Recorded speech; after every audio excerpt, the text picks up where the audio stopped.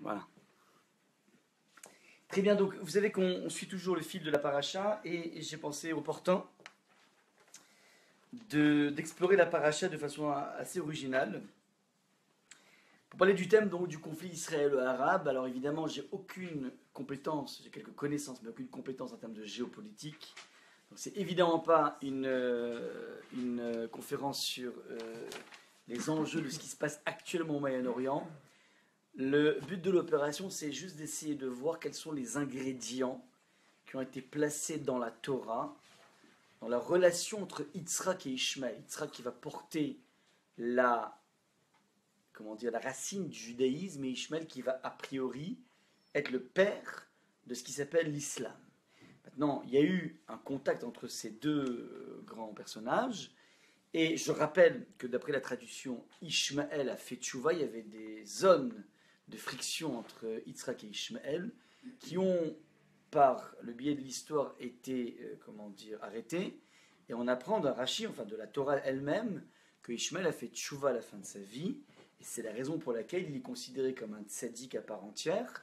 Et qu'il y avait des maîtres de la Mishnah, un maître de la Mishnah qui s'appelait Rabbi Ishmaël. C'est un nom qu'on donne tout à fait facilement parce que Ishmaël, à la fin de sa vie, même si au début il y avait des petits problèmes avec Yitzhak au niveau de leur place, au niveau de leur provenance, Agar et Sarah, ainsi de suite. Alors il a fait tchouva, on apprend qu'au moment où Yitzhak et Ishmaël sont venus enterrer Abraham, le texte de la Torah nous précise que c'est Yitzhak et Ishmaël, alors qu'Ishmaël était un frère aîné et plus vieux. Et Rashi explique que Ishmaël a eu la décence, a reconnu, si vous voulez, la préséance de Yitzhak en laissant Yitzhak en premier. Il lui a donné, si vous voulez, il lui a reconnu le fait que c'était Kibbe Yitzhak Ikare Lechazera, c'est par Yitzhak que Akash Baruch Hu donnera la descendance de Avraham. Il y a eu cette reconnaissance d'Ishmaël qui fait qu'au bout du compte, Ishmaël, est considéré comme un tzaddik dans notre tradition. En tout cas par rapport à la tchouva qu'il a faite à la fin. Maintenant, ce qu'on va voir là maintenant, c'est donc inspiré que de maths du Moyen-Âge. Voilà, je vous ai amené aucune source moderne. Et c'est assez impressionnant de voir comment les maîtres du Moyen-Âge ont anticipé, ont vu ce conflit entre Yitzhak et Ishmaël à travers les siècles. Maintenant, rapidement, dans la parashat Chayei Sarah, puisqu'on est dans la parashat Chayei Sarah, Chayei Sarah, c'est pas la vie de Sarah, c'est plutôt la mort de Sarah, puisque ça commence par la mort de Sarah. Et donc la mort de Sarah. Il y aura ensuite, il y a Yitzhak qui va se marier avec Rivka. Yitzhak, le fils de Avraham, et Sarah qui se marie avec Rivka. On a ensuite la mort d'Avraham. Donc on a à la fois la mort d'Avraham, la mort de Sarah. Et il y a l'avènement de Yitzhak avec Rivka. Tout se passe comme si cette paracha est la paracha de la transition. La transition d'une génération à l'autre. Les parents partent et les enfants se construisent. Yitzhak va rencontrer Rivka. Sauf que dans cette même paracha, la paracha vers la fin, s'attarde de façon forte pour nous parler de la généalogie de Ishmaël. C'est-à-dire qu'on ne peut pas faire fi de la descendance de Ishmaël lorsqu'on parle de la descendance d'Yitzhak. Ça, c'est donc la première constatation au niveau des thèmes qui sont évoqués dans les versets de cette paracha. C'est la première remarque. Maintenant, la deuxième remarque va être de l'étude des versets qui parlent justement de la descendance d'Ishmaël. Le texte nous dit la chose suivante: Vele toldot Ishmaël, et voici les générations d'Ishmaël, fils d'Avraham, Asher Yalda Agar Amitzrit, que l'Égyptienne Agar, esclave de Sarah, a enfanté, à partir d'Avraham. Donc on nous donne ici, salut, les documents sont là, Boché Babaïm. On nous donne ici la généalogie de Agar dans son union avec Avraham, qui est finalement donc les frères de Ishmaël. Et le texte nous dit, donc on va donner une liste de noms, je vais épargner ces noms. Le texte nous dit Vaishkenu Michavila Acho, donc les descendants de Ishmaël vont tous habiter depuis Chavila jusqu'à Shur, ce sont des endroits en Israël, en Égypte, Asher al Pene Mitzraïm, en face de l'Égypte, donc c'est en Israël en face de l'Égypte, excusez-moi, Boacha Ashura jusqu'à Ashur. Alpene Kol Echav Nafa, nous dit le texte, littéralement la tribu de Ishmaël s'est étendu Alpene Kolechav sur la surface de leurs frères. Faites attention, c'est la traduction en français. Il s'étendit ainsi à la face de tous ses frères, mais en hébreu, qui connaît l'hébreu, Alpene Kol Echav Nafal, qu'est-ce que ça veut dire Alpene Kol Echav Nafal? C'est quoi Nafal? Néphila, c'est tombé. Donc littéralement, il est marqué ici, sur la surface de ses frères, il est tombé, on parle donc des 12 enfants de Ishmaël. On nous dit qu'ils sont tombés, et comme ça rentre mal dans le verset, puisqu'on parle d'un déplacement de la population, comme ça rentre mal dans le verset, donc les traducteurs en français, le rabbinat, a traduit, ils se sont étalés. Parce que quand tu t'étales, tu as l'impression que tu tombes. C'est une façon imagée de parler des choses. Mais si on reste accroché au sens littéral, alors on nous dit ici, on nous parle ici d'une chute des enfants de Ishmaël. Et le verset continue. Mais ce verset n'est plus dans la paracha de Chai et Sarah, mais la paracha qui suit, c'est-à-dire la paracha de Toldot. Le texte dit Ve'ele Toldot Yitzhak, et voici la généalogie de Yitzhak, les générations de Yitzhak, Ben Avram, fils d'Avram, Avraham, Oli de Yitzhak. Avraham a enfanté Yitzhak. Alors c'est intéressant, il n'a pas qu'enfanté Yitzhak, il y a eu aussi Ishmaël, mais la Torah dans Toldot veut faire un focus sur la partie chez Avraham qui intéresse le judaïsme, puisque ce n'est qu'une partie d'Avraham qui va être le père du judaïsme, c'est Yitzhak, et même dans Yitzhak, c'est pas tout Yitzhak, puisqu'il n'y aura que Yaakov. Bref. On a donc ici devant nous deux versets, versets numéro 18 et 19, qui sont séparés par une paracha, puisque finalement, l'un est la suite de l'autre. La Torah n'a pas de paracha, mais nous, on arrête ici, et on continue dans le verset numéro 19. Mais c'est une césure qui est artificielle. Et on a un grand maître qui s'appelle le Balatourim. Il est né en 1270. Il est mort en 1340. Il va, si vous voulez, exploiter la proximité de ces deux versets 18 et 19. Et il dit la chose suivante Alpene Kol Echav Nafal, c'est-à-dire il tomba ainsi à la face de tous ses frères. Vesamirkle, on a jouxté, et voici les générations d'Yitzhak. Donc il dit je lis la Torah de façon, verset l'un après l'autre. Et je me rends compte qu'il y a tout se passe comme s'il y a un lien qui est fait et qui est le suivant. L'Omar Lecha, ce joint est là pour te dire l'Omar Lecha Kesheipol Ishmael Be'acharit Hayamim, lorsque Ishmael va tomber à la fin des temps, Az Itzmar ben David, ce n'est qu'à ce moment-là que le Messie qui descend de David, Sheumitol dot Yitzhak, qui descend de Yitzhak, pourra émerger. Le maître du Moyen-Âge, on est au XIIIe siècle, nous dit la chose suivante. Le verset de la Torah est un verset prophétique, il ne décrit pas simplement l'histoire du peuple juif. Il y a une dimension prophétique qui est la suivante. Il ne pourra y avoir d'émergence du Mashiach qu'à partir du moment où Ishmaël tombera.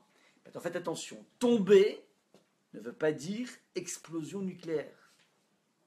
On parle très souvent que le tzaddik tombe 7 fois.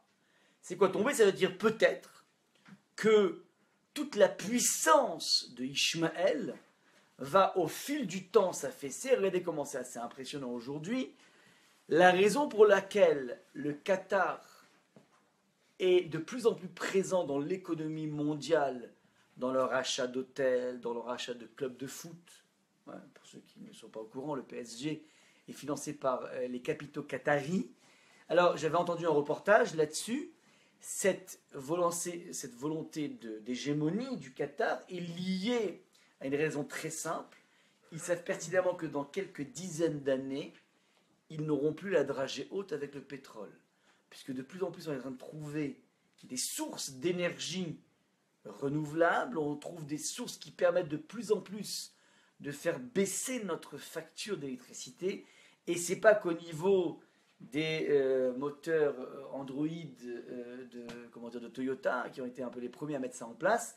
Il y a de plus en plus d'autonomie. Il y a maintenant dans la Silicon Valley en Californie, ils ont sorti donc cette fameuse voiture totalement électrique. Comment ça s'appelle, c'est quoi le nom? Là? Non, pas la Google Car, mais avant ça. Là? Tesla, ouais, donc qui est une des entreprises les plus cotées maintenant actuellement. Donc il y a maintenant un renouveau incroyable qui fait qu'on aura de moins en moins besoin de l'or brut, du pétrole, ouais, le kérosène, ainsi de suite. Et donc ils savent pertinemment que toute leur avance au niveau capitaux, il faut qu'ils la convertissent dans l'immobilier. Donc ils ont de façon très intelligente anticipé la baisse de ce poumon incroyable au niveau financier. Et ils se disent maintenant il faut qu'on soit assez intelligent. Donc il est possible peut-être que l'impact, l'influence, la puissance du monde arabe va baisser, tout simplement parce qu'au niveau géopolitique, les choses changent. Donc ce n'est pas forcément une disparition, il s'agit ici tout simplement d'un impact beaucoup moins fort. Ça, c'est ce qui est marqué ici. En tout cas, on ne peut envisager la dimension messianique qu'à partir du moment ouais, où il doit en rester, non, il y en a plein. Ouais, non. Qu'à partir du moment où il y a une sorte de phénomène, ouais, c'est ou l'un ou l'autre. Joe, cette ville est trop petite pour nous deux. C'est ou toi ou moi, en tout cas, c'est ça que veut dire ici le texte de la Torah. Ça, c'est donc la première dimension prophétique. Pour essayer de comprendre ce qui se trame ici, quelles sont les forces qui sont en jeu, encore faut-il essayer de définir qui est Ishmaël, et on va le définir de façon essentielle, qui va nous permettre peut-être de comprendre aujourd'hui ceux qui se revendiquent comme étant les héritiers de Ishmaël. Alors, Ishmaël a d'abord un nom, il a une nature, au niveau de ses traits de caractère, il a une profession, ouais. Et enfin, il a une place parmi les antagonistes du peuple d'Israël. On va essayer de voir ces 4 points pour définir le personnage d'Ishmaël. Première des choses, son nom. Rappelez-vous comment ça s'est passé. Sarah galérait comme une malade pour tomber enceinte. Elle n'arrivait pas à tomber enceinte avec son mari. Au bout d'un moment, elle n'en peut plus. Elle dit, c'est pas grave, on va avoir un bébé par procuration. Prends ma servante Agar, l'égyptienne, va avec elle, et l'enfant qui naîtra sera un petit peu mon enfant adoptif. Sauf que, dès que Agar tombe enceinte, elle devient dédaigneuse à l'égard de Sarah. Et pourquoi? Parce qu'elle dit, c'est quand même bizarre. Sarah, ça fait des années et des années qu'elle est mariée. Ouais. Il n'y a eu absolument aucune fertilité à son couple. Et Sarah se présente comme étant une femme hyper vertueuse, hyper tzadékette. Je suis en train de me demander si c'est pas un petit peu du tménique, un petit peu de la façade. Ouais. Parce que moi, c'est quand même bizarre. Première union avec Abraham et boum, dans le mille, je suis enceinte. Donc peut-être que Sarah se la joue tzadékette, mais en fin de compte, on regarde les résultats et finalement, c'est moi qui ai la tzadékette. Et donc, elle commence à porter un regard dédaigneux auprès de Sarah. Sarah voit ça d'un très mauvais œil, elle lui jette d'ailleurs un œil d'Irachi, qui fait qu'elle répudie sa servante. Elle aura immédiatement une fausse couche, donc ça avorte sa grossesse, et elle se retrouve dans le désert. Là-bas, dans le désert, elle rencontre un ange qui lui dit, tu sais quoi, retourne auprès de ta servante, et retourne auprès de ton mari, de Avram, et tu auras un enfant qui s'appellera Ishmaël. Il lui présente le nom, et le texte nous dit, Vayomer la malach Hashem, donc je vous ai même un verset, Inar ara veyolad ben, donc si tu retournes là-bas, tu vas d'un coup encore une fois retomber enceinte, Vekarata shemo Ishmaël, et tu l'appelleras Ishmaël, qui shama Hashem el ronier, car Hashem a entendu être ronier ta douleur, a entendu ton affliction. Ça, c'est le nom de Ishmaël qui est lié au fait que Ishmaël, on entend l'Ishmoa veut dire entendre, comme dans le schéma Israël, Ishmaël, Hachem a écouté. Ouais. Donc ça c'est le nom, ça veut dire il a un lien avec le bon Dieu, Ishmaël. Maintenant, il y a une petite subtilité ici, c'est que pour ceux qui connaissent bien l'hébreu, si on dit que le nom de Ishmaël est lié au fait que Hachem a écouté la voix, parce qu'elle voit la voix d'une mère qui est en détresse, qui vient d'avoir une fausse couche, et qui est répudiée de par son maître, et Hachem va écouter dans cette détresse la personne. Comment on aurait dû appeler l'enfant? Shamaël, c'est un passé. On aurait dû l'appeler Shamaël. Hachem a écouté, Shama. Mais là, le texte nous dit Yishmaël. C'est quoi Ishmaël comme forme? C'est un futur. Donc littéralement, il est marqué dans le verset, non pas Hachem a écouté, comme ça aurait dû être le cas, mais Hachem écoutera. Pourquoi dans le futur? Pourquoi dans le futur? Regardez ce que dit le Midrash. Le Midrash dit la chose suivante. Vayomer la malach Hashem, inar ara veyoldaben, vekarata shemo Ishmael, tu l'appelles Ishmael. Le texte dit la chose suivante, pose la question que tu as posée, Ariel. Velama nikra shemo, on peut s'asseoir ici, hein, ça fait lounge. Ouais, j'ai pas le thé, j'ai pas le whisky non plus, mais bon, elle est... Zach. Sympa ou pas? Sympa ou pas? Sympa, pas. Donc Shamaël demande le Midrash la chose suivante. Ouais. Pourquoi il ne s'appellerait pas Shamaël? Velaman ikra shemo Ishmael. Réponse. Faites attention. Regardez le verset prophétique. C'est un Midrash qui a été écrit en plus 400. Ouais. Mohamed, il n'existait pas encore. C'est en 700. Ouais, il n'y avait pas encore la pression de l'islam. Et le texte dit la chose suivante. She'atid lishmoa akadosh baruchu be'anka ta'am. Ishmael, il écoutera. Qui écoutera qui? Akadosh Baruch Hu va écouter le soupir de son peuple, le peuple juif. Mima she'atidin bene Ishmael la'asot ba'aretz, de ce que les enfants d'Ishmael vont nous faire sur la terre d'Israël, ba'acharit hayim, à la fin des temps. Les fichin nikra shemo Ishmael, c'est pour ça qu'il s'appellerait Ishmael. Faites attention. Il est né d'une écoute d'Akadosh Baruch Hu de l'affliction de sa mère. Donc ce nom aurait dû s'appeler Shamaël, il s'appelle Ishmael parce que, tiens, lui-même, ses enfants vont nous faire morfler à la fin des temps sur la terre d'Israël, on t'a pas dit à New York, on t'a dit sur la terre d'Israël, et on va tellement morfler le peuple juif qu'on va prier Hachem, on va soupirer Hachem Na'akat Béné Israël, c'est le soupir du peuple juif qu'on n'en peut plus, et c'est à ce moment-là qu'Hachem va déclencher le sauvetage du monde. C'est à ce moment-là. Donc, il y a quelque chose d'assez incroyable pour un commentateur comme un Midrash qui date de plus 400. Je vous ai amené précédemment un Balatourim du XIIIe siècle qui vient de dire que tout est en train de se jouer ici par rapport à Ishmael. Donc ça, c'est la première des choses. Le nom est porteur d'un sens. Autre lecture subliminale de Ishmael. Je t'écoute. Au final, on voit bien qu'Ishmael, il a fait des chouvas. Et là, on a l'impression qu'au final, son nom, ça diminue un peu. Les Béné Ishmael. C'est-à-dire que ce nom, ouais, est lié, ça veut dire il avait dans son potentiel, il a fait tchouva lui personnellement, mais ses enfants, on va expliquer pourquoi, vont nous faire souffrir. Donc lui, il n'y a aucun souci par rapport à lui. Je vous rappelle qu'il y a un maître de la Mishnah qui s'appelle Rabbi Ishmael, qui est un des grands maîtres de la Mishnah. On n'a aucun souci par rapport à lui précisément. C'est ceux qui s'affilient à lui qui vont nous poser problème. Et c'est clairement donc un conflit israélo-arabe qui est annoncé de façon extrêmement clair au XIIIe siècle, ouais, pas en 1948. Parce que c'est vrai qu'au niveau géopolitique, il n'y a jamais eu d'union arabe. Ouais, l'union arabe n'a jamais existé, c'est un mythe. Ils sont toujours entretués. Il n'y a d'union que leur consensus pour pouvoir détruire Israël. Ça a toujours été le ciment qui les a unis. Ouais. Mais maintenant, ce que je ne vous donne pas 48, je ne donne pas les géopolitiques, c'est pas mon boulot. Amener en selle si vous voulez. Je vous expliquerai exactement les. Moi, je me rappelle à l'époque, quand j'étais à Dauphine, j'en ai parlé tout à l'heure, on avait un de nos professeurs qui s'appelle donc Alamank. Ouais, Alamank, donc c'est une grande éminence grise, un des Sherpas de Mitterrand, qui nous donne des cours à cette époque. Il nous avait expliqué à l'époque, c'était en 93, 93, que l'endroit le plus sûr au monde et le plus tranquille au monde, c'est le Moyen-Orient. Il était assez iconoclaste. Il nous avait fait tout un cours de géopolitique que j'avais beaucoup apprécié. C'est pas mon job, c'est leur job. En tout cas, ils sont très forts pour le faire, pour t'expliquer exactement qu'est-ce qui se passe au Moyen-Orient. Maintenant, moi, ce que je vous dis, je vous montre juste ce que disent les versets avec des commentateurs extrêmement sérieux comme le Balatourim, comme le Midrash, qui vont donc explorer les versets. On a un troisième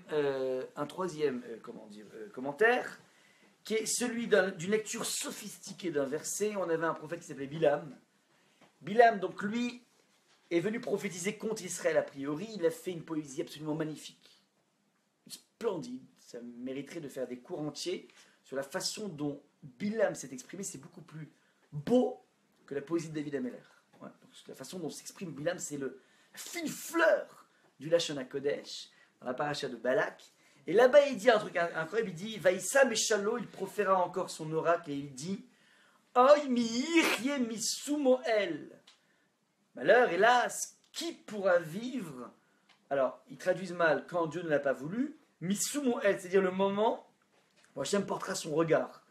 Mais mi sumoel, il y a quelque chose, fermez les yeux, ouvrez vos oreilles, mi sumoel, oy mi yichye mi Soumoël rappelle étrangement Ishmaël. Soumoël, Ishmaël. Et le Midrash va explorer ça en disant malheur à celui qui sera à cette époque où Ishmaël sera au sommet, les enfants d'Israël seront au sommet, et vont encore une fois cette idée d'infliger une douleur très forte au peuple juif sur la terre d'Israël. Donc on a ici deux Midrash convergents. Il reste des documents. Ah super, extra. Il y a donc ici une perspective prophétique de ce qui va se passer à la fin des temps. Ça c'est donc au niveau du nom de Ishmaël. La nature de Ishmaël, elle est définie dans le verset par l'ange. L'ange qui dit à Agar, mais vas-y retourne et tu auras un enfant. Il définit Veoui Pere Adam. Il sera sauvage homme, Yadobakol, sa main surtout, Veyad Kolbo, et la main de tous contre lui. Ve'alpene Kolecha Vishkon, mais il se maintiendra à la face de tous ses frères. Donc on a ici une définition, et la définition qui nous intéresse le plus ici, c'est Pere Adam. Pere Adam, je vous l'ai traduit par sauvage homme, et faites bien attention, partout dans le canon biblique, lorsqu'on parle d'un homme, il y a d'abord l'homme, et ensuite on te donne son épithète, son attribut. C'est-à-dire, un homme grand, tu dis Adam Gadol. Un homme riche, tu dis Adam Ashir. Ouais. Une femme riche, tu dis Isha Ashira. Une femme intelligente, tu vas dire Isha Meoula. Donc il y a toujours le nom et ensuite l'adjectif qui va avec. Ici, ça jure. On a l'adjectif qui précède le nom, Pere Adam. Et explique le Mefarshim, Rav Hirsch en premier et d'autres maîtres, disent que la dimension sauvage, on va expliquer c'est quoi la dimension de sauvage, est quelque chose qui est intrinsèque, c'est pas un plus. Tu peux dire d'un homme, il est homme avant tout, et il est aussi riche, il est aussi intelligent, il est aussi bête, donc ce sont des qualificatifs, ce sont des couches que tu rajoutes à l'individu. Mais ce ne sont que des couches. Il est essentiellement homme et aussi riche, ainsi de suite. Mais là, ce qu'on vient de te dire, c'est que sa nature essentielle, c'est la dimension sauvage. Qu'est-ce qu'on entend par sauvage? Qu'est-ce qu'un sauvage? C'est quelqu'un qui ne supporte pas de joug, ne supporte pas les lois. C'est un anarchiste. Ça, c'est la définition première de Ishmaël. Et ça, c'est incroyable. On a posé la question suivante. Je ne comprends pas. La femme, Agar est complètement déboussolée. Elle a fui Sarah, il lui dit, mais tu sais quoi, retourne. Non, je ne veux pas. Mais tu auras un enfant qui s'appelle Ishmaël. Non, je ne veux pas. Tu sais quoi, ce sera un Pere Adam, un sauvage homme. Il y a deux bacones, la main partout. Rachid traduit listing. Kleptomane. Il pique. Et là, elle dit, banco, j'y vais. C'est ça que tu veux? C'est ça comme un devenir. C'est-à-dire, tu ne veux pas revenir subir ta maîtresse, mais quand je dis que tu auras un enfant qui sera Pere Adam, tu es content, tu en avais expliqué dans un cours, je n'ai pas compte de revenir. Mais que fondamentalement, et c'est un point assez essentiel, au moment où l'ange, je ne vais pas m'amener le dialogue, mais je vous rappelle ce dialogue, au moment où l'ange la rencontre dans le désert, elle lui dit d'où tu viens et où tu vas. La question qui se pose, c'est que si c'est un ange, a priori, c'est pas Gilbert Montagnier. C'est très bien d'où elle vient et où elle va. Donc la question est plus profonde. Ça veut dire, si tu fuis de ta maîtresse, ça veut dire que tu veux sortir des griffes de l'esclavage, en tout cas de ta servitude. Ça veut dire que tu as un projet de liberté. Mais un projet de liberté ne se cantonne pas à sortir d'un endroit. Il faut avoir un projet, il faut avoir un plan. Et Agar répond, elle ne répond pas vers où elle va, elle répond juste d'où elle vient. Je fuis de ma servante, de ma maîtresse. C'est-à-dire qu'elle a une conception de la liberté qui n'est pas un plan de liberté, mais juste échapper au fouet. À ce moment-là, l'ange qui entend cette réponse, il dit, écoute, si tu n'as pas un plan de véritable liberté construite, alors il ne te reste plus qu'une chose, c'est de retourner auprès de ta servante. C'est une logique. C'est pas méchant de la part de l'ange de lui dire retourne où tu vas, va chez ta mère. C'est pas ça. Il vient lui dire on ne peut envisager un projet de liberté que si c'est construit, que c'est pas simplement essayer d'échapper au fouet. Mais étant donné que c'est une esclave, elle a la conception esclave de la liberté, qui s'appelle juste échapper au fouet. Un petit peu comme des enfants dont les parents sortent le soir et disent ouais, chouette. On on pourra regarder la télé. C'est pas ça la liberté. Il y a quelque chose de plus constructif que de juste pouvoir regarder la liberté. Maintenant, ça c'est extrêmement important. La condition de retour de Agar, c'est la prise de conscience qu'elle n'a pas un vrai projet de construction de liberté. Elle ne sait pas envisager les libertés de façon constructive. Maintenant, il lui dit retourne, elle ne répond pas. Ça veut dire que non. Tu auras un enfant qui s'appellera Ishmael, ça ne veut rien dire. Ce sera un père Adam. Quelqu'un qui refuse toute forme d'autorité. Là, elle dit banco. Mon fils, elle va pouvoir vivre l'absence de joug que j'ai jamais pu vivre. Et là, elle dit banco. Donc elle se dit, je pourrais vivre par le biais de mon fils ce que j'ai jamais pu faire. Donc de façon intrinsèque, Ishmael naît dans cette définition qui s'appelle l'absence de joug. Il ne supporte pas une quelconque règle. Et donc quand tu ne supportes pas les règles, tu n'arrives pas non plus à supporter les règles de propriété évidentes. Si quelqu'un s'est acheté un iPhone ou s'est acheté quoi que ce soit, si j'ai pas de règles, alors ton iPhone c'est le mien. J'arrive pas à voir la frontière. C'est une lecture, si vous voulez, qui s'appelle que je ne supporte pas toutes les formes de règles, le contrat social de Rousseau. Ouais, le contrat social de Rousseau qui dit que cette personne qui a mis pour la première fois son enclos a défini la définition de propriété. Eh ben, la propriété est quelque chose qui est insupportable parce que ça définit une règle. C'est un contour et ça, il ne supporte pas le contour. Ça, c'est intrinsèque à Ishmael. Maintenant, regardez comment les choses se mettent en place. Il est dans sa profession. Vous savez, c'est quoi sa profession? Rové cachette. C'est un archer. Comment? Tir à l'arc, ouais. Tir à l'arc. Rové cachette, c'est tir à l'arc. C'est quoi l'idée d'être tir à l'arc? C'est quoi l'idée? C'est que la flèche te permet d'accéder aux frontières auxquelles tu ne peux pas accéder. Ça, c'est donc intrinsèque à lui. Il passe son temps à essayer de dépasser les frontières et il y a toute cette dimension prosélyte dont on va parler qui est intrinsèque à Ishmael. Ça, c'est donc le troisième point. Premier point, le nom. Deuxième point, la nature. Troisième point, donc la nature, obsession de la liberté. Mais une liberté qui est juste l'absence de fouet et non pas une liberté qui va se construire. Troisième point, Rové Cachette, il est un archer. Un archer, donc l'idée c'est d'envoyer une flèche dans des territoires auxquels je ne peux pas forcément accéder. Dernier point, et le point peut-être le plus important, c'est sa place parmi tous les antagonistes du peuple juif. Vous savez très bien qu'on a, depuis l'histoire du peuple juif, eu en permanence des antagonistes. Et ces antagonistes ne sont pas des accidents de l'histoire. C'est pas qu'on était pépère tranquille à Yerushalayim avec le Beth Amikdash, et puis d'un coup il y a un grand méchant loup qui est arrivé qui s'appelle Nabuchodonosor en moins 586 avant Jésus, et qui débarque et qui vient détruire le temple et nous mettre en déportation. C'est pas qu'un accident de l'histoire. C'est quelque chose qui était presque préfiguré depuis le deuxième verset de la Torah. En effet, le Maharal explique que le deuxième verset de la Torah dit la chose suivante. Donc, le premier, vous le connaissez, c'est Bereshit bara Elokim et Hashem et haaretz. Pour le commencement, Hashem créa les cieux et la terre. Et d'un coup, le verset nous fait un petit flashback, ou bien un descriptif, de l'état du monde avant qu'Hachem dise que la lumière soit. Et l'état du monde est un état extrêmement dur à définir. Regardez ce qui est marqué dans le verset. Je suis dans le grand 2, petit c. La terre était tohu bohu, verrocher alpeneteum, et obscurité sur la surface de l'abîme, veroach elokim erachefet alpenamaim, et le souffle divin planait sur la face de la terre. Ariel, tu fais passer le papier. Donc je répète. Le monde était tohu bohu. Tohu bohu, ça veut dire quoi? Le néant. Ouais. Et c'est quoi Rocher? L'obscurité. Et c'est quoi Alpeneteum sur la surface de l'abîme? Est-ce qu'il y a un artiste parmi vous qui pourrait me faire un beau descriptif?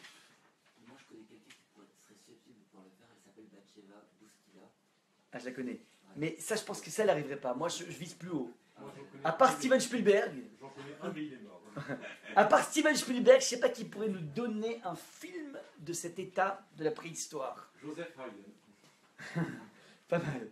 Tohu bohu. Le tohu bohu. Alors Rashi va traduire. Donc heureusement qu'on a le Rashi. Tohu veut dire l'étonnement. Bohu du vide. C'est le vertige du vide et obscurité sur la surface de l'abîme. C'est incompréhensible ce verset. D'ailleurs, il n'est jamais étudié. Ouais. Je suis sûr que vous n'avez jamais étudié. Oui, parce qu'on le passe, parce que c'est incompréhensible, ouais. Mais il faut l'étudier. Il faut l'étudier avec le Maharal et le Midrash surtout. Et le Maharal te dit, faites attention. Ici, je vous ai mis des codes de couleur en bleu turquoise. Ouais. Il y a 4 expressions. Tohu, c'est le vide. Pardon, Tohu, c'est l'étonnement. Bohu, c'est le vide. Rocher, c'est l'obscurité. Et Théum, c'est l'abîme. Ces 4 expressions, dit le Midrash, qui est commenté par le Maharal de Prague, le Midrash, on est en plus 400, dit qu'en fait, ça correspond aux confrontations historiques du peuple juif par rapport à ce qu'on appelle les galouillottes, les exils. Tohu, c'est la première confrontation en moins 586 avant Jésus, avec Nabuchodonosor qui vient détruire le temple et nous mettre en déportation dans le régime babylonien, traduction actuelle, l'Irak. Il nous met en Irak, on va en Babel, à Mossoul, un peu partout là-bas. Il nous amène là-bas. Ça va durer 70 ans d'exil. Au bout de 70 ans, au bout de 68 ans, on a l'autorisation par Cyrus, qui était le nouveau maître du Moyen-Orient, de remonter en Israël, il nous file tous les visas, de reconstruire le temple, et manque de peau, pac, en plein dans la figure. On a un tandem, comment dire, type Hitler et Mussolini, on a Haman et Achashverosh qui décident pour la première fois la solution finale. Donc au moment où on était prêt à rentrer en Israël, d'un coup on a Haman et Achashverosh qui viennent nous bloquer ça. On connaît l'histoire de Esther, on sort vainqueur et on remonte en Israël. On reconstruit le temple magnifique qui va durer 420 ans. Au bout de 420 ans, rebelote, Titus, plus 68 après Jésus, débarque et nous détruit le temple. Donc Titus de Rome nous détruit le temple et on est, donc jusqu'à aujourd'hui, le temple n'a pas été détruit et il nous met en déportation depuis lors, en plus 68 après Jésus. Maintenant, Tohu, je répète, c'est Nabuchodonosor. Bohu, faites attention, c'est Prasumadaï, c'est Haman et Achashverosh, vide. Verrocher à l'obscurité, faites attention, ça c'est une galoute originale. C'est le contact que le peuple juif va avoir avec les descendants d'Aristote. Je dis bien les descendants pas Aristote, mais les descendants d'Aristote. C'est-à-dire que, et d'Alexandre le Grand d'ailleurs, d'Alexandre de Macédoine, c'est-à-dire qu'en moins 100 avant Jésus, on a la fameuse période de galoute, alors qu'on est en terre d'Israël, alors qu'on a le Beth Amikdash, et on a ce qu'on appelle les Grecs qui viennent nous bloquer notre accès au Beth Amikdash, notre accès à la pureté. Ils nous obligent d'arrêter les circoncisions, d'arrêter Shabbat, d'arrêter Rosh Hashanah. Bref, ils mettent la panique dans notre pratique religieuse en terre d'Israël avec le Beth Amikdash, et on appelle ça une galoute, un exil. Et le dernier point, c'est Théom l'abîme, c'est ce qu'on appelle Rome. Ce que je dis ici, dans cette préfiguration du deuxième verset de la Torah, n'est pas une prophétie. C'est-à-dire, je ne suis pas en train de vous amener ce lien entre les épisodes de catastrophe historique et le deuxième verset pour vous dire, nous les rabbins, on savait tout, on est les meilleurs. Parce que le Midrash a été écrit en plus 400, donc c'est un peu trop facile, une fois que les choses se sont passées, puisque tous les événements dont je vous parle sont maximum jusqu'en plus 68 après Jésus. Donc c'est évident qu'avec le recul historique, on peut dire, ah bah tiens, ça voulait dire ça. Donc c'est pas prophétique. Alors Volbeu explique que ce verset-là pour te dire, ce que tu crois être une confrontation historique, un accident historique, est en fait quelque chose qui est placé dans la structure même du monde. De façon essentielle, on doit tôt ou tard se confronter avec une puissance qui s'appelle Nabuchodonosor, il fait bien attention, qui est tellement sûr de lui, qui a un orgueil tellement démesuré, qui est basé sur une puissance effective. Il a une telle croyance en l'homme qu'on peut s'affranchir de la croyance en Dieu. Pas besoin d'être suspendu au desiderata du bon Dieu. Il me suffit dans la vie de croire en moi jusqu'au bout et je ferai des choses grandioses. Et Nabuchodonosor fait des choses grandioses et vient amener une image au peuple juif. Arrêtez de vous prendre la tête dans votre rapport de soumission au bon Dieu. Toujours en train de demander la pluie, demander la parnassa, demander... Arrêtez, prenez-vous en main et arrêtez ce contact avec Hachem. On a tôt ou tard une confrontation historique avec un bonhomme qui prône quelque chose de grandiose qui s'appelle « Je crois en moi ». Ça, c'est Nabuchodonosor. Et toi, juif, tu vas devoir expliquer que ton rapport de subordination à Hachem, ton rapport de soumission à Hachem est quelque chose qui est pas, qui t'avachit pas, mais au contraire qui te construit, qui fait de toi quelqu'un d'épanoui. On doit tôt ou tard assumer ce dialogue par rapport aux autres. Deuxième confrontation historique. Prasoumadai. Prasoumadai, vous savez, c'est Pourim. Ça commence par une orgie. Un michté, vous savez ce qu'on faisait dans les michtés, dans les festins, c'était un festin avec tous les dérapages sexuels qui pouvaient exister dans les festins. Et qu'est-ce qu'on vient dire aux Juifs? Mais qu'est-ce que tu te prends la tête, toi, avec tes lois de pureté familiale, avec tous tes interdits? Mais carpe diem, laisse-toi aller, profite, on n'a qu'une vie, il faut en profiter. Et laisse-toi aller à tous les délires possibles, c'est là que tu vas palper comme il faut la vie. Ça, c'est le dialogue, c'est l'écho d'une civilisation qui prône, si vous voulez, le plaisir à tout prix dans toutes ses formes, dans tous ses décors, dans toutes les choses. Et là-dessus, le juif va répondre, t'as rien compris. Moi, dans ma façon de respecter la sexualité à la façon juive, je suis quelqu'un d'infiniment plus épanoui que toi. Mais ça, il faut qu'on le démontre, on va le montrer. Que toutes ces lois qui ont l'air tellement contraignantes font finalement que nous accédons à ce qui s'appelle la véritable sensualité, la véritable épanouissement au niveau sexuel, parce que nous savons gérer tel que Hachem nous a appris à gérer un couple, et on est les personnes qui pourront avoir la plus grande longévité au niveau couple et longévité au niveau plaisir. Ça, c'est ce que l'on va rétorquer. Mais on a en face de nous un monde qui t'appelle à aller dans les délires les plus incroyables. Et à qui mieux mieux? Ouais, ça, c'est donc le monde de Prasoumadai. Vous comprenez que c'est des mondes que nous récupérons ici aujourd'hui. Troisième monde, c'est le monde de l'idéologie, la Grèce. Qu'est-ce que tu racontes avec ta sagesse du Talmud? On a des sagesses infiniment plus puissantes que le Talmud. On a les maths, on a la physique, on a les sciences exactes. C'est pas du bidouillage talmudique. Et donc on a, pour la première fois, un match intéressant. C'est plus des pourceaux d'Épicure. On a en face de nous des gens, la classe, Aristote, philosophie, des gens raffinés. Et là, on va essayer, on va montrer, pas essayer, de montrer que la chokhma, la sagesse du Talmud, on pourrait étudier ensemble un texte qui est merveilleux, un texte, comment dire, qui est issu d'un livre qui est écrit par le Ramban, on est au XIIIe siècle. Et le Ramban pose la question suivante. Il lève le défi suivant et il va dire que il va faire un comparatif entre la sagesse du Talmud et l'algèbre, la géométrie, les maths. Quelle est la sagesse la plus puissante? Il interroge au niveau intellectuel les deux sagesses. Il était astronome, il était médecin, il était tout, il connaissait la science, et il va essayer dans un texte, il va montrer pourquoi il y a une suprématie du Talmud par rapport aux mathématiques. Et c'est osé. C'est un texte qui existe dans le Milchomat Hashem, un texte absolument fondamental qu'on pourrait étudier ensemble à l'époque de Hanouka, qui a été repris par le Rav Yitzhak Hutner dans l'article numéro 9 de Hanouka, et qui va expliquer qu'est-ce qu'il y a de plus puissant dans le Talmud qui n'est pas dans les mathématiques du plus haut niveau. Donc c'est intéressant parce que là on a un débat intéressant, intellectuel. Ouais. Eh ben, on va essayer de pouvoir démontrer ça. On peut le démontrer, mais c'est pas évident. Ouais. Donc il y a des défis intéressants qui vont t'obliger à assumer ton discours dans tes mœurs, ton discours dans tes idéologies, ton discours dans le concept que tu as de toi. Ouais. Ça, c'est ce qui est intéressant dans cette confrontation historique. Donc il y a un monde qui a été créé avec un chisaron, dit le Maharal, avec quelque chose qui manque. Et on va essayer, nous, par rapport à cette confrontation, d'amener une rédemption à ce monde. Ça, c'est ce qui se passe. Donc je vous ai dit, ici, on a 4 confrontations.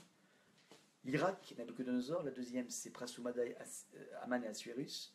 Troisième, c'est la Grèce, le monde, la brillance. Et le quatrième, c'est Rome. Ce que je dis là est d'après la plupart des maîtres du Moyen-Âge. Sauf qu'il y en a un qui s'élève, qui s'appelle le Ibn Ezra, un rave absolument incroyable, qui était rabbin, qui était grammairien, qui était traducteur, qui était poète, qui était exégète, qui était philosophe, qui était mathématicien, et qui était astronome. Il avait tout. Ouais, c'était des génies. Le Ibn Ezra, donc, il est en 1194, en 1092, 1565, il est avant le Ramban. Ouais. Il est 100 ans avant le Ramban. Il y a un siècle avant le Ramban, c'est un des plus grands commentateurs de la Torah, Ibn Ezra. Lui, il dit la 4e confrontation historique, c'est pas Rome, c'est Ishmaël. C'est seul à dire ça. On est bon? Alors je répète. Tout est basé à partir d'une prophétie de Daniel, qui voit comment dire, qui voit 4 bêtes féroces dans un songe, et ces 4 bêtes féroces en fait correspondent à chacun des génies des 4 civilisations qui vont nous attaquer. Ouais.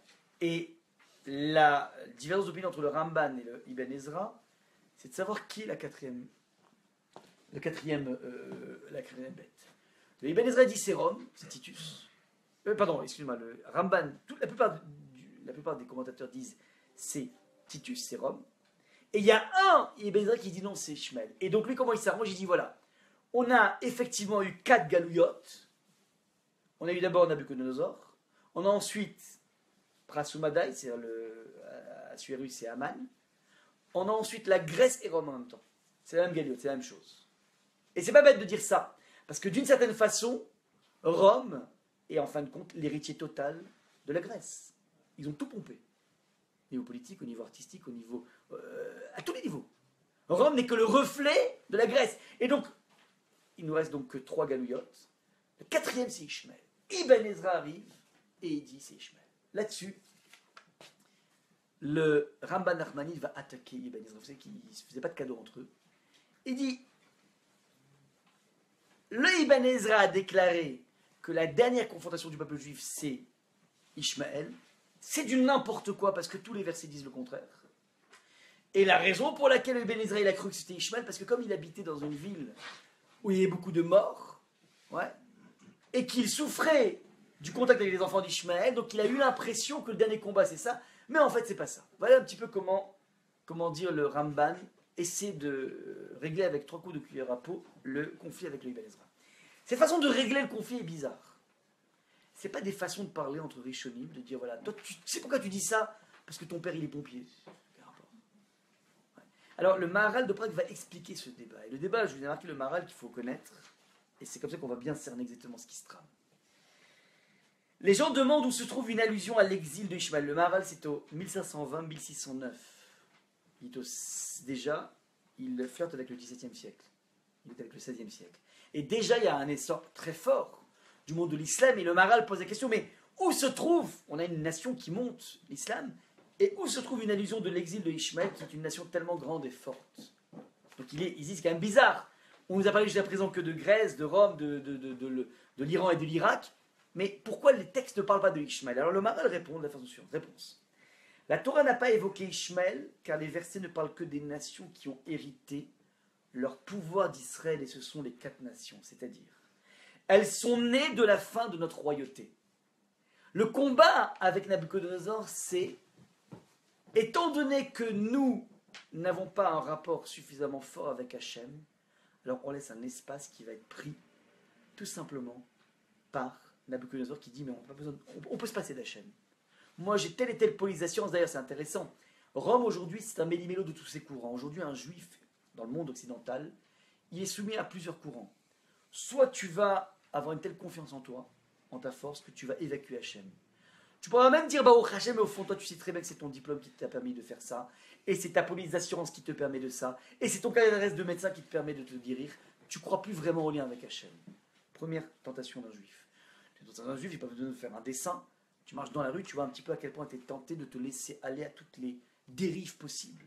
Et qu'on le veuille ou pas, petit à petit, ouais, mariage pour tous, fait que petit à petit, ça trotte dans la tête. Pourquoi ne pas envisager que c'est quelque chose de tout à fait normal? Et donc petit à petit, la notion même de couple qui a été définie par la Torah de 2 sexes différents est une notion qui petit à petit se fait bombarder par une réalité quotidienne. Ça, c'est le schéma dans lequel on se trouve aujourd'hui. Je ne vous parle pas de l'impact qu'a pu avoir, comme le disait un avocat. Il dit que l'affaire, par exemple, DSK a transformé la France, les Français, en 60 millions de voyeuristes. On ne se rend pas compte à quel point tout ce qui se trame autour de nous peut avoir petit à petit un impact au niveau de notre conception de la vie. Donc on est tous imbibés par tous ces courants en question. On a un 3e courant qui s'appelle le courant de la Grèce. Toutes ces idéologies qui vont t'amener petit à petit à penser peut-être que la Torah est rétrograde, peut-être que la Torah, finalement c'est pour le Moyen-Âge. Bref, on est, en permanence, attaqué, si vous voulez, par tous ces courants. Et un juif, pour rester juif aujourd'hui, il doit travailler. Il doit travailler contre tous ces courants, tout ce bain dans lequel il se trouve. Ça, c'est donc comment dire, le point. Maintenant, elles sont nées de la fin de notre royauté. Regardez comment c'est magnifique. De façon concomitante au deuxième temple, un deuxième temple qui était beaucoup moins truffé de miracles, ça veut dire qu'il y avait beaucoup moins, il y avait dans le premier temple des miracles permanents, qui fait qu'on sentait la présence de Dieu. À l'époque du deuxième temple, la présence de Dieu est beaucoup moins palpable. Extraordinaire. De façon concomitante, en moins 300, au deuxième temple, apparaît dans le monde occidental la philosophie aristotélicienne Aristote, qui émet l'hypothèse que peut-être Dieu n'existe pas. Tant que je n'ai pas réussi à le prouver, il n'existe pas. Il est arrivé, dit le Rambam, presque à la métaphysique, mais pour lui, ce qui compte, c'est la physique. Donc, puisque l'immanence d'Hachem est moins forte, ça laisse la place à un premier courant qui s'appelle le monde occidental avec Aristote, qui va imbiber tous nos siècles. Et dans le monde d'extrême oriental, au bouddhisme. C'est quoi le bouddhisme? C'est une recherche de spiritualité qui peut s'affranchir d'un Dieu unique. Qui peut s'affranchir, ouais. Mais dans les deux cas de figure, il y a un espace qui a été laissé par le fait qu'on sent moins la présence de Dieu. Et donc, encore une fois, vous voyez un petit peu ce mécanisme. La nature a horreur du vide, et donc lorsque tu laisses une place, cette place va être comblée par autre chose. Les 4 nations sont des nations qui naissent de notre échec. Elles émergent parce qu'on n'est pas assez grand. Ça, c'est la différence fondamentale entre les 4 nations et Ishmaël. Et Ishmaël, nous dit le texte, nous dit le Maral, mais Ishmaël n'a pas hérité sa force de nous, car sa force et sa vigueur viennent directement d'Hachem. Lui, il a un moteur personnel. Il ne naît pas de notre faiblesse. Il est en tant que tel fort, par son lien avec Hachem, car il descend d'Abraham, et Hachem l'a béni. Donc lui n'a pas besoin de la faiblesse du peuple juif pour émerger. Il est lui-même, il incorpore à l'intérieur de lui une puissance. Je vais marquer d'ailleurs la nuance essentielle entre le monde occidental et le monde de Ishmaël. Elle est marquée dans les versets. Lorsqu'on parle des enfants d'Ishmaël dans la fin de la parashat Chaïsar, le texte nous dit Eleam bene Ishmaël ve'ele shemotam. Voici donc, on a énuméré les noms d'Ishmaël et les enfants et leurs noms. Bechatzrehem, chacun dans sa bourgade, ou Betirotam, et chacun dans son domaine. Shneim Asar Nessim, il y avait 12 Nessim, princes, Léumotam, de peuplades distinctes. Faites attention, il y a 12 enfants de Ishmaël. Ça vous rappelle quoi, 12 tribus. On a ici 2 systèmes parallèles.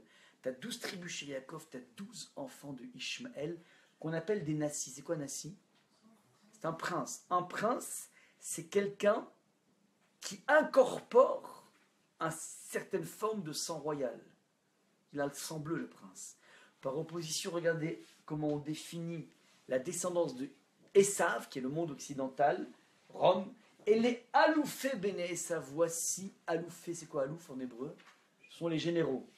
Maintenant, Alouf vient de la racine élève, qui veut dire 1000, c'est le chiffre le plus, enfin, le plus grand qu'on connaît dans la Torah. Après, il y a des compositions du 1000, si vous voulez. Mais élève, c'est le monde par excellence de la dispersion. Le monde occidental est un monde de pisure, de dispersion.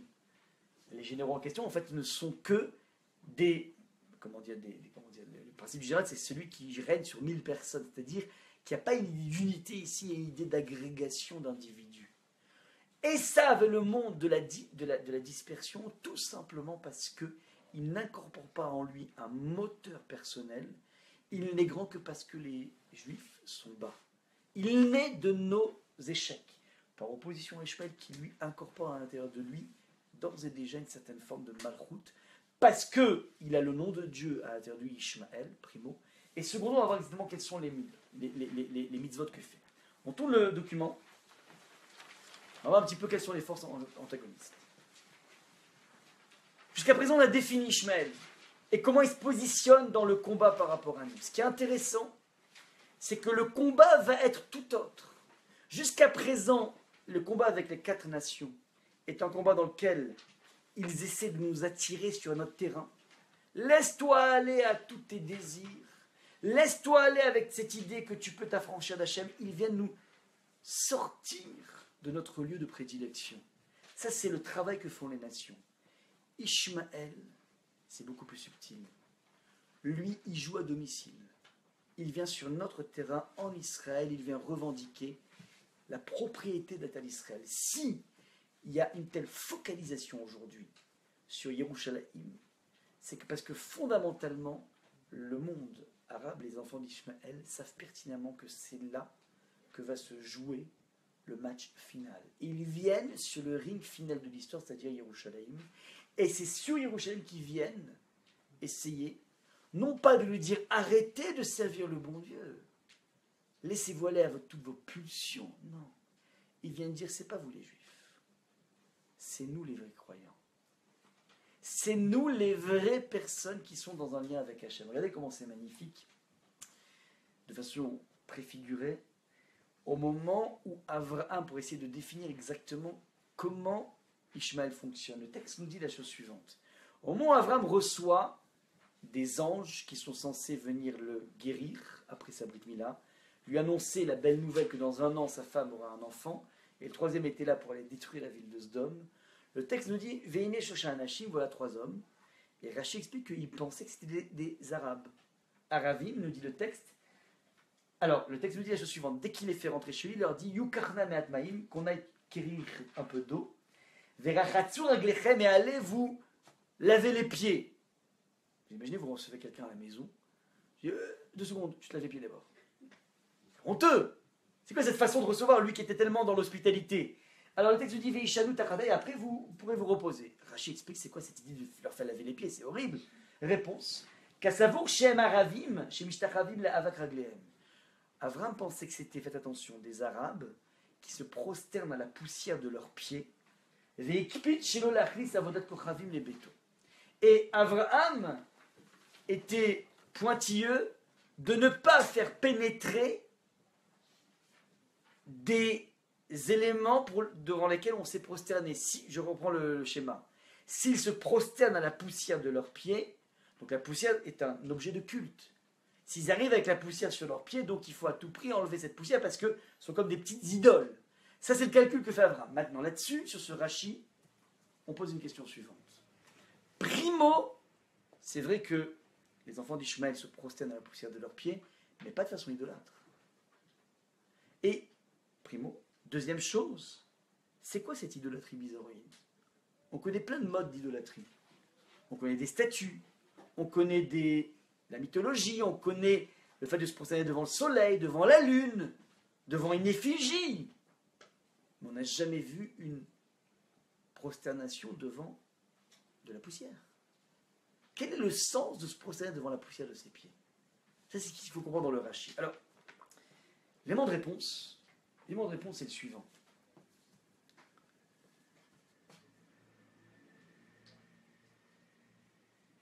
Quand est-ce qu'un individu fait de la poussière autour de lui? À part la Conchita, mais... Quand il marche? Quand on est dans le mouvement, on génère de la poussière. Alors là, c'est vrai que c'est toujours... les rues sont goudronnées. Mais si on était dans le Far West, avec une... comment dire, comment ça s'appelle? Je me souviens de Clint Eastwood, là, comment ça s'appelle? Dans un ranch, pas dans un ranch, mais dans le... Si on avait une... comment ça s'appelle avec les chevaux et la... Ouais, dans un western, mais c'est quoi le moyen de locomotion? Pardon? Une calèche, appelle ça une calèche. Et à une calèche, tu vois que ça aurait fait de la poussière. Lorsque l'on dit qu'ils se prosternent à la poussière de leurs pieds, on dit 2 choses. D'abord, ils vont mettre du bon Dieu partout. Jusqu'à la poussière. Ils ont cette dimension prosélyte. Allah, il est partout. On va le mettre de partout. Primo. Donc c'est la dimension d'expansion. Cette idée de la flèche, de l'archer, elle est là pour te dire qu'ils vont essayer de pénétrer tous les endroits possibles pour répandre la croyance en Dieu. Et c'est positif. Dit le Rambam, c'est positif.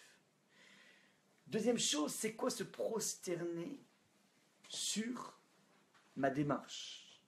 Il y a de la poussière, il y a du sable, il y a du poussière lorsque j'ai une démarche. C'est-à-dire, ça c'est le point le plus important à comprendre. Tout individu est doté de 2 moteurs opposés. On a un moteur qui s'appelle la conscience, qui lui dit de faire des choses bien, qui lui dit de ne pas tricher, qui lui dit de ne pas faire de la rétention d'informations, qui lui dit de ne pas jalouser son prochain, ainsi de suite, et tout blabla. Et on a un deuxième moteur qui s'appelle tes tripes, tes envies, tes pulsions. Et si tu es en P1, eh ben, c'est évident que la conscience te dit passe tes cours, et tes tripes te disent surtout ne passe pas tes cours. Parce que la personne, c'est un concurrent potentiel. Et toute la vie est comme ça. Donc on est toujours dans un arbitrage entre est-ce que je laisse le champ de ma conscience s'exprimer ou bien je préfère laisser le champ de mes tripes s'exprimer. Maintenant, regardez comment c'est intéressant. Lorsqu'on dit que Ishmaël est à ce côté absence de règles, il a à la fois cette absence de règles, mais en même temps cette croyance en Hachem, croyance très forte. Allah, c'est ultime. Mais le problème, c'est que ça peut faire un nœud. Parce que si ce qui compte dans la vie, de façon intrinsèque, c'est de ne pas avoir de règles, donc il y a en permanence une pulsion de ne pas respecter l'autre. Mais si ça s'impose avec Hachem, comment on fait? Alors, c'est très simple. Dans le monde occidental, lorsqu'on a un dilemme entre sa conscience et sa pulsion, c'est très simple. On dégaine Nietzsche, ainsi par les Zarathustra, et ça commence par Dieu est mort. Tu tues la conscience, tu es tranquille. Okay. Hitler, il tue la conscience, et c'est tranquille. Si j'ai un trou dans mon compte en banque, et que j'ai une pulsion d'aller faire le casse de la banque qui est à côté, ma seule solution, c'est de briser ma conscience. J'ai quand même été éduqué dans un monde dans lequel on ne vole pas. Ma seule solution, donc j'ai un conflit, j'ai envie, je désire la chose de façon très forte. Ma seule solution, c'est de dire Dieu n'existe pas. Mais un enfant d'Ishmaël ne peut pas dire Dieu n'existe pas. C'est Ishmaël, il a le Dieu à l'intérieur de lui. Mais résister à sa pulsion, c'est complexe. Résister à cette envie, c'est complexe. Alors comment on fait? C'est un truc incroyable. On n'a qu'à dire que ma démarche, c'est mon Dieu, c'est-à-dire l'idée de se prosterner devant la poussière. On n'a qu'à dire que c'est Dieu qui veut ma pulsion. Vous entendez ce que je dis ou pas? Je prends ma démarche et je la connote comme étant la volonté du bon Dieu. Ça, c'est ça en fait l'idée. Et si je dis que c'est la volonté du bon Dieu, et si je dis que c'est une mitzvah, si ma pulsion devient une mitzvah ordonnée par le bon Dieu, c'est un trafic. Alors à partir de là, allons-y à l'enzo, on va faire ça de façon industrielle. Vous comprenez maintenant le schéma exploité par tous les leaders du monde djihadiste de sécréter des générations de gens qui sont prêts à se faire péter pour Dieu. C'est quoi l'idée? C'est qu'il y a une pulsion qui s'appelle tuer l'autre, qui est raptée, et on va y mettre du bon Dieu. Et le problème est le suivant, c'est que lorsqu'un enfant du monde occidental a une pulsion, lorsqu'il élimine Dieu, il ne va pas le faire de façon industrielle. Mais si je dis que c'est le bon Dieu qui veut l'expression de ma pulsion, si le bon Dieu, alors on va faire des mitzvot, donc on va le faire de façon industrielle. Il y a un phénomène d'accélération dans il se prosterne à la prise de leurs pieds, qui fait que chaque chose que je fais, c'est une mitzvah. Vous comprenez ou pas ce que je dis là maintenant? Ça veut dire que, étant donné que je suis devant un dilemme entre ma pulsion est trop forte, et le respect du bon Dieu, alors je dis que le bon Dieu, c'est lui qui a voulu. Mais c'est fou. Comment dire, je viens d'un monde maghrébin, moi personnellement. Juste Faradon vient du monde maghrébin. Dans le monde maghrébin, le bon Dieu, il est partout. Il est partout. Mais j'avais vu ça même de façon assez incroyable. Même lorsqu'un individu a un rot, il met le bon Dieu dedans. C'est incroyable. Ouais, mais c'est tout à fait symptomatique pour moi. C'est-à-dire, il y a une expression comme ça, je me rappelle, je voyais ça, c'est impressionnant. Mais ça veut dire, je comprends pas, c'est quelque chose de moche. Mais les personnes vont mettre, parce qu'on ne peut pas faire l'économie du bon Dieu, mais on peut faire l'économie des pulsions. Il y a en permanence, si vous voulez, cette tension radicale qui est mise en place. Et c'est ça, en fait, que veut dire ici Rashi. Se prosterner à la poussière de ses pieds, ça veut dire que on met en branle dans la vie des moyens pour avoir un but, mais là, le moyen devient le but en tant que tel. Vous comprenez ce qui se passe? C'est exactement ce cercle vicieux qui est mis ici en exergue. Donc ça, c'est ce qui se trame aussi dans une perversion, si vous voulez, de la Emouna. Il y a l'Emouna qui commence très très bien chez Ishmaël, et qui peut se pervertir à cause, pas obligé, qui peut se pervertir à cause de cette dimension pulsionnelle, mal canalisée, au contraire, canalisée dans le sens de Dieu, qui fait que les choses vont devenir exponentielles. Premier point. Deuxième atout de Ishmaël, c'est qu'ils ont la circoncision. Et la circoncision, d'après les commentateurs, donne un droit à la terre d'Israël. C'est la raison pour laquelle ils rivalisent. Mais la chance que nous avons, c'est que leur circoncision est partielle. Il y a deux étapes dans la circoncision juive. Une première qui s'appelle couper le prépuce. Il y a une deuxième qui s'appelle la priya. C'est retourner la peau. Le monde de l'islam ne fait pas cette deuxième étape. Et c'est une étape qui est absolument, essentielle. Parce qu'un juif a eu une circoncision dans laquelle on n'a pas fait cette deuxième étape qui s'appelle la priya. La circoncision est invalide, il faut repasser. Ouais. Il faut repasser, ça veut dire quoi? C'est invalide. Et cette deuxième étape donne, si vous voulez, un droit partiel. C'est quoi cette droit partiel par rapport à la terre d'Israël? Et c'est quoi le sens essentiel de la Brit Mila? La Brit Mila est définie dans tous les Mefarshim comme étant la faculté de Abraham, qui a été le premier qui a initié ça, à tout simplement être capable de consacrer à Hachem, même justement, le monde pulsionnel. Parce que justement, dans le lieu de la Brit Mila, c'est justement le lieu où il y a l'excitation la plus forte qui puisse exister, c'est-à-dire l'excitation sexuelle. Et faire une alliance à ce niveau-là, on aurait pu très bien faire un piercing. On aurait pu couper le bout d'une oreille, pourquoi pas? Tu veux une alliance, tu mets une bague. Alors tu veux quelque chose qui ne s'enlèvera jamais. T'as qu'à faire un piercing ici. Quel est le problème? Pourquoi spécifiquement on demande le chinour, le lieu de la procréation et le lieu du sommet du désir? Parce qu'il y a deux choses qu'on dit. On s'associe avec Hachem aussi dans notre devoir d'histoire. C'est le lieu de la procréation. Et on est capable d'être en phase avec Hachem, même dans le monde le plus intime qui existe. Et le monde le plus pulsionnel qui existe. On retrouve ici, si vous voulez, le point essentiel de cette faculté d'être en phase avec Hachem dans le monde pulsionnel et non pas en décalage de phase. Ça, c'est donc les deux différences essentielles. Donc je rappelle, avec Ishmaël, on joue à domicile. Ils viennent nous rivaliser sur notre terrain parce qu'ils prétendent qu'ils ont, le droit essentiel à la terre, parce qu'ils font la Brit Mila, et ils ont cette immanence d'Akadosh Baruch Hu d'Hachem. Ils croient en Hachem et c'est une croyance qui n'est pas, d'après la plupart des Rishonim, qui n'a pas de problème au niveau idolâtrie. Ouais. Donc ça, c'est ce qui se passe au niveau des choses. Maintenant, comment on peut dépasser les choses? Comment nous pouvons relever le défi? Ce cours que je vous fais là maintenant, je l'ai fait exactement 3 jours avant l'attentat des Twin Towers. Ça se passait à Ranana. On était là par Chetray et Sarah. Et je leur ai fait ce cours, parce qu'à l'époque déjà on avait beaucoup d'attentats en Israël, donc j'ai voulu comprendre le principe de se tuer au nom de Allah. Et donc je suis allé voir dans les Mefarshim, tous ces commentaires viennent de Rav Shapira, donc j'étais allé voir, et je me rappelle que donc c'était vraiment 3 jours, c'était incroyable, et les élèves m'avaient dit c'est incroyable comment... On a vu une illustration assez incroyable de ces textes ici. Comment nous, on peut relever le défi par rapport à ça? Puisque pour une fois, on joue à domicile. L'élément de réponse évident est le suivant. Les 2 points sur lesquels ils nous titillent, c'est la Brit Mila, on a compris, nous on a fait mieux qu'eux, mais c'est pas simplement mieux la faire au niveau de l'acte. C'était digne de cette Brit Mila. Et comme je l'ai dit à l'instant, plus un juif va s'engager dans cette alliance avec Hachem, aussi bien au niveau de ce souci de sa descendance, c'est-à-dire de pouvoir s'inscrire dans l'histoire, dans l'éternité avec Hachem, mais pas que être capable d'être en phase avec Akadosh Baruch Hu dans le monde pulsionnel. Ça, c'est un premier point. Chaque juif qui fera des efforts dans ce domaine est en train d'éviter des attentats en Israël. Il faut savoir ça. Il faut savoir qu'il y a une interconnexion du peuple juif et qu'à chaque fois qu'on fera des efforts dans ce domaine, on aura évidemment une possibilité d'enlever cette emprise de Ishmaël sur la terre d'Israël, primo. Secondo, deuxième, élément essentiel. Je vais marquer ici dans le document que Agar était une personne qui a été capable de parler avec Hachem dans le désert. Et elle a prié Hachem, elle a été écoutée par Hachem. Et on voit dans le monde de l'islam à quel point la prière est très forte. On a 3 minutes par jour, ils en ont 5.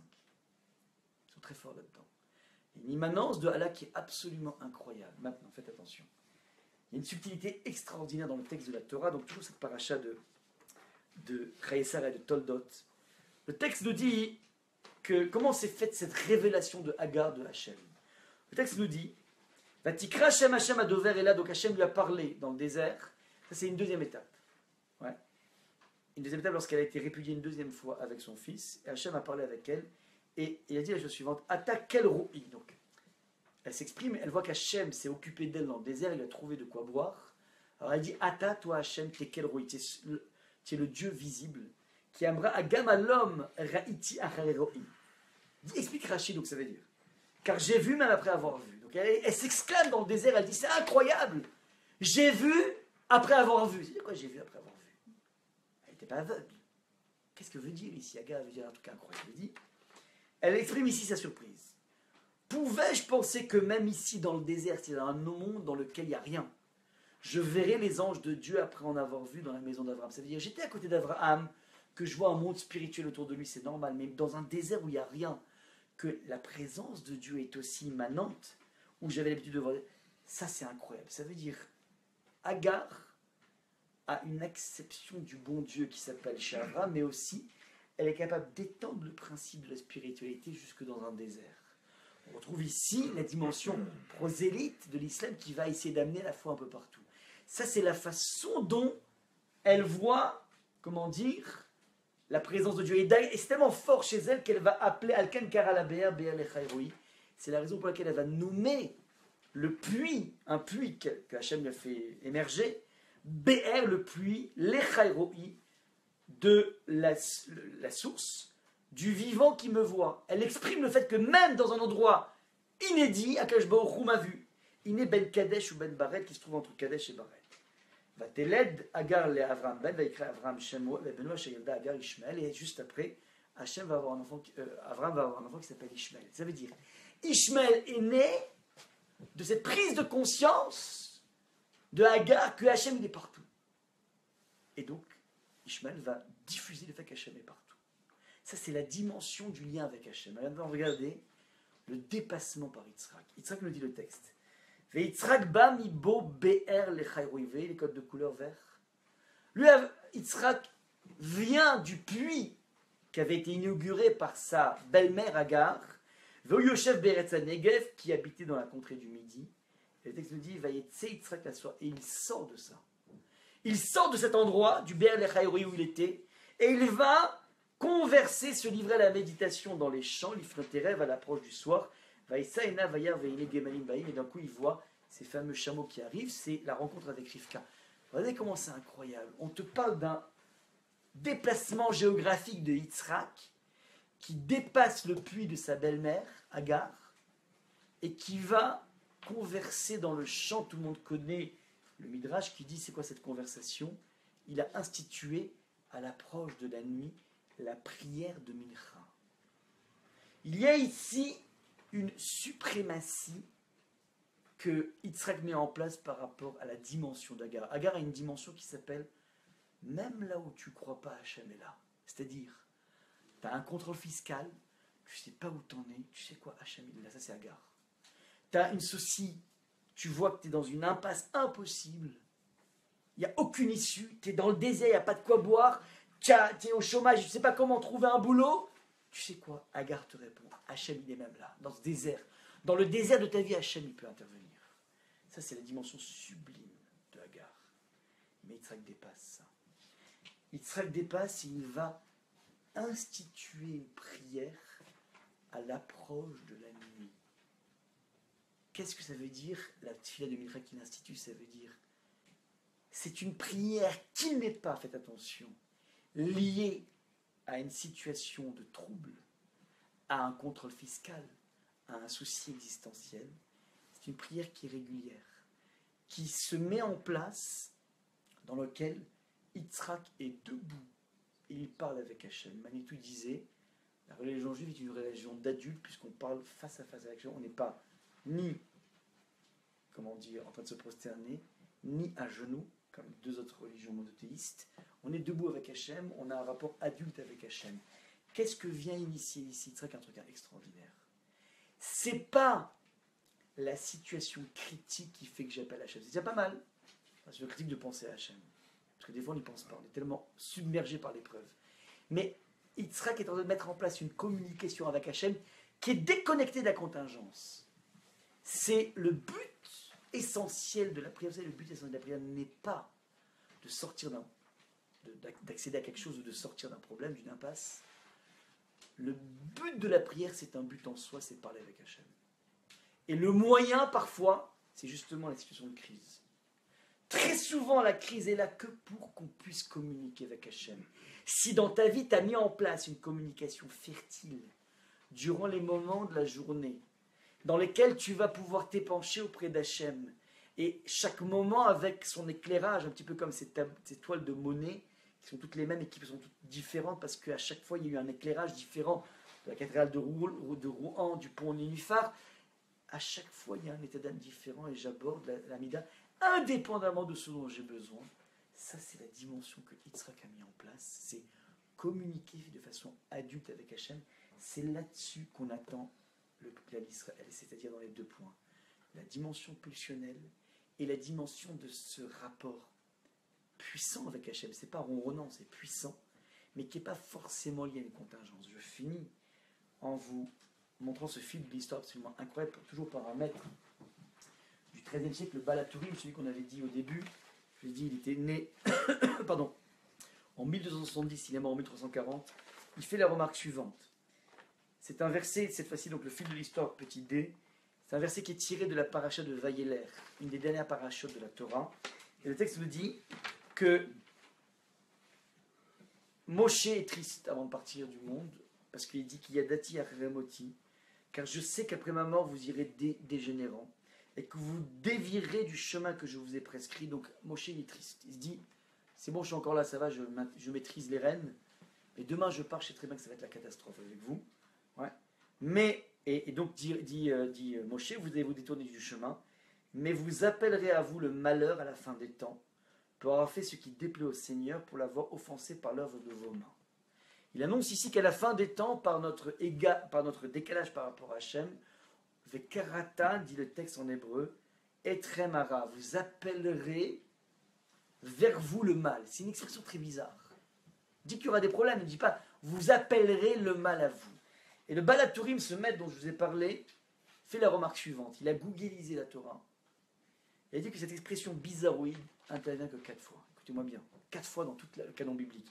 Dans les 24 livres, il n'y a que 4 fois. Il dit, il y en a 4 dans la Massorette, 4 occurrences du terme Vekarata. Premier, c'est celui qu'on a vu, Vekarata Shemo Ishmael. Tu l'appelleras Ishmael. Le deuxième, Vekarata Shemo Immanuel. Un deuxième pasouk ailleurs, dans un autre personnage. Tu l'appelleras Immanuel. Tu l'appelleras Emmanuel. Vekarata Yeshua Chomotaïr. Tu appelleras, comment dire, le salut dans tes murs. Donc il y a 4 occurrences. Ici, vous appellerez le mal. Vous l'appellerez Ishmael. Vous l'appellerez Immanuel. Et vous appellerez le salut dans vos murs. Et il fait un fil d'Ariane de ces 4 occurrences d'un terme bizarroïde. Et c'est quoi ce fil d'Ariane? Lorsqu'il t'arrivera un malheur et que tu appelleras Hachem à la fin des temps et qu'il sera avec nous en te repentant à ce moment-là, tu appelleras tes murs salut. C'est-à-dire, il y a plusieurs niveaux. Il y a un niveau de crise, un niveau durant lequel tu souffres à cause de tous ces attentats, ainsi de suite. À ce moment-là, nous dit le texte, Ishmael, tu vas appeler Hachem. Donc, la première étape, il y a du mal. Deuxième étape, tu vas appeler Hachem et ce n'est pas suffisant. Il ne s'agit pas simplement de prier Hachem, je t'en supplie, arrête avec tous ces attentats. Arrête avec toutes ces intifadas. Ça, c'est la dimension Ishmael Agar. Il y a un deuxième niveau qu'il faut essayer de sécréter, c'est Immanuel. C'est quoi Immanuel? C'est être avec Hachem. Avec Hachem en permanence. Pas parce que maintenant j'ai un souci ou j'ai une angoisse. Je suis en Wi-Fi avec le bon Dieu. Une fois que tu auras compris que c'est ça l'enjeu essentiel, à ce moment-là, on peut parler du Mashiach. On arrive donc à boucler la boucle. Le verset avait dit qu'il n'y aura d'émergence du Mashiach qu'à partir du moment où les enfants d'Ishmaël vont tomber. On a dit tomber, c'est pas forcément, être évacué du monde, mais c'est peut-être évacué de l'histoire, c'est-à-dire on va les dépasser. On sera plus fort que dans notre respect de la Torah, dans notre lien avec Hachem. C'est là qu'Hachem nous attend et c'est là que se situe l'issue radicale, nous disent les textes depuis tellement d'années, depuis tellement de siècles, de notre conflit avec le monde d'Ishmaël, celui qui a envie vraiment d'activer tous les leviers possibles pour sortir de ce problème. Il y a peut-être une démarche géopolitique, et ça on ne peut pas le nier, et j'espère qu'elle pourra aboutir, mais je suis sûr qu'on sait pertinemment que ce monde dans lequel nous nous trouvons, est évidemment imbibé de toute la dimension spirituelle qu'on met en place. Plus on mettra cette spiritualité en place, plus on a des chances de pouvoir protéger nos frères qui sont en Israël et les Hachem de faire venir le Mashiach Bimera Biyamenu. Je m'arrête là s'il y a des questions.